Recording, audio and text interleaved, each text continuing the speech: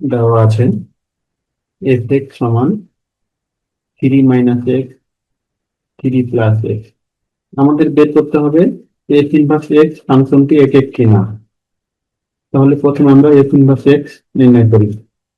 ধরি ওয়াই সমান F x সমান 3 - এক্স/3 + এক্স। তাহলে আমরা এখান থেকে পাই অতএব এক্স সমান এফ ইনভার্স ওয়াই, ওয়াই সমান এফ এক্স, এক্স সমান এফ ইনভার্স ওয়াই। আবার ওয়াই সমান 3 - এক্স/3 + এক্স বা 3y + xy = 3 - এক্স। এখান থেকে আমরা পাই xy + x সমান 3 - 3y। এখান থেকে x কমন নিলে xy + 1 সমান 3 - 3y, বা x সমান 3 - 3y, নিচে থেকে y + 1।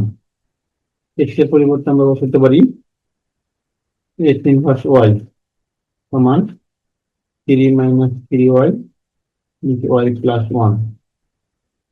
x ইনভার্স y সমান পেলাম।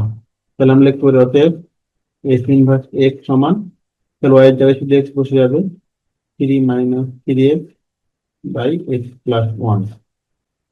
আমরা x ইনভার্স x নির্ণয় করলাম। এখন দেখবো এক এক কিনা। এর জন্য লিখি ধরি a belongs f inverse x এবং b belongs f inverse x। f inverse x ফাংশনটি এক এক হবে যদি ও কেবল যদি f ইনভার্স a সমান f ইনভার্স b এর জন্য a সমান b হয়। তাহলে আমাদের কন্ডিশন হচ্ছে f ইনভার্স a সমান f ইনভার্স b এর জন্য a সমান b হয়, তাহলে বলবো ফাংশনটা এক এক। এখন দেখি সমান হয় কিনা। এই সেটাই এখন f ইনভার্স a সমান f ইনভার্স b, বা f ইনভার্স a তাহলে কত হবে, x এর জায়গায় a বসবে, 3 - 3a, নিচে a + 1 সমান 3 - 3b, b + 1। এখন আড়াআড়ি গুণ করে দেই, তাহলে থাকে 3b + 3 - 3ab - 3a সমান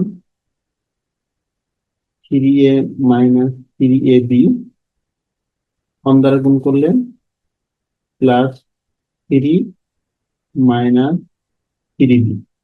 তাহলে এখান থেকে আমরা পাই 3ab উভয় দিক থেকে কাটা যায়, এদিক থাকতেছে -3a, 3 এদিক নিয়ে আসলে -3a সমান, উভয় দিক থেকে 3 কাটা যায়, -3b - 3b। এখান থেকে -6a সমান -3b। অতএব a সমান b। লিখতে পারি অতএব f ইনভার্স x ফাংশনটি এক এক।